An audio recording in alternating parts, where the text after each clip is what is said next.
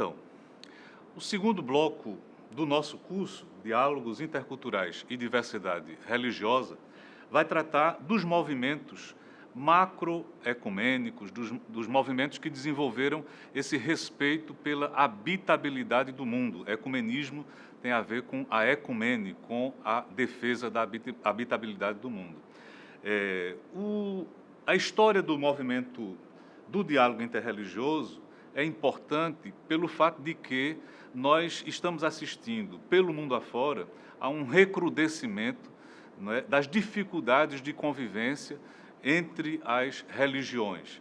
Então, aqui mesmo no Brasil, que é conhecido como um país da cordialidade, vejam que no ano de 2015 a gente teve mais de 500 casos denunciados à Secretaria Nacional de Direitos Humanos nesse âmbito da intolerância religiosa. São, sobretudo, agressões feitas aos terreiros das tradições afro-negro brasileiras. As pessoas não compreendem que essa vivência dos espíritos da natureza é uma forma ancestral de respeito ao sagrado, de busca de orientação na transcendência. E essa dificuldade leva, não é, à negação da identidade do outro e leva, inclusive, à agressão às pessoas e símbolos das religiões afro. Como é que a gente pode superar essas dificuldades? É triste um povo que não conhece a sua história porque está condenado a repeti-la.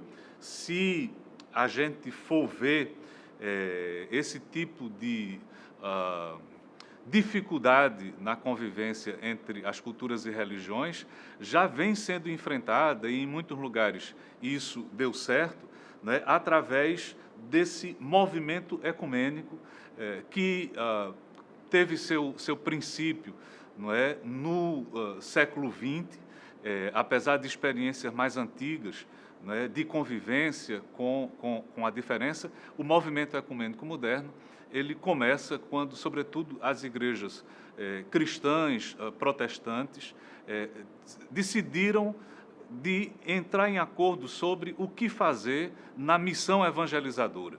Uma igreja vai lá e desenvolve toda uma missão falando de um jeito de Jesus e vem outra e enfatiza outros aspectos e, às vezes, isso gera confusão. Então, o Conselho Mundial de Igrejas surge para tentar se pôr de acordo sobre o princípio mais básico da fé cristã e esse movimento ecumênico gerou dificuldades para a Igreja Católica que, finalmente, no Concílio Vaticano II, assumiu que esse era um caminho interessante para a vivência da fé, de forma que daí surge toda essa história de abertura para a diferença por parte dos cristãos.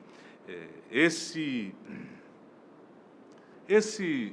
movimento que foi gerado, sobretudo, no meio dos cristãos, ele teve um antecedente importante, que foi o Parlamento Mundial das Religiões. Nos Estados Unidos, né, em 1893, houve uma primeira tentativa de incluir dentro da religiosidade majoritária cristã a presença das religiões orientais. Então, esse parlamento gerou uma instituição que periodicamente reúne representantes das religiões do Ocidente e do Oriente e foi uma iniciativa precursora da história, não é, do ecumenismo e diálogo interreligioso. A institucionalização do diálogo acontece, sobretudo, quando, em 1948, surge o Conselho Mundial de Igrejas, e que reúne a maioria das tradições cristãs do planeta. O Concílio Vaticano II, ele incorpora esses movimentos e anseios e, de certa maneira, a antiga posição católica acerca das outras religiões, inclusive das outras igrejas, que era muito eclesiocêntrica, fora da igreja não há salvação, ela vai ser superada no concílio por uma ideia mais inclusiva, mais cristocêntrica, né? Fora de Jesus é que não há salvação, e inclusive em torno do conselho muita gente dizia, existem cristãos anônimos, pessoas que, porque buscam o bem, porque buscam o belo, de certa maneira tem a ver com o Espírito de Cristo.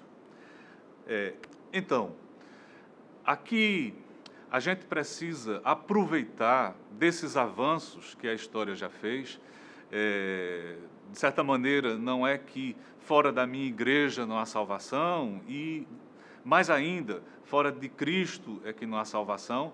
O entendimento hoje pode avançar num sentido mais aberto, plural, fora da caridade, não é? Fora do cuidado, fora do serviço é que a gente não pode se salvar. Ninguém se salva sozinho, ninguém salva ninguém, a gente tem que buscar se cuidar e se salvar junto.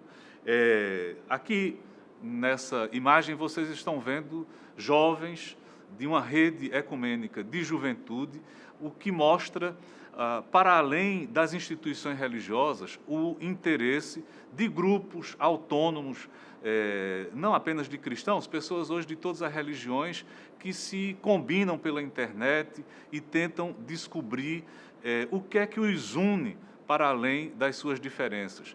Como é que podem se combinar em termos de cuidar da ecologia, em termos de ser solidário para com os empobrecidos, em termos de fazer com que se desenvolva uma verdadeira mística entre e para além das religiões. E mística é respeito ao mistério da realidade.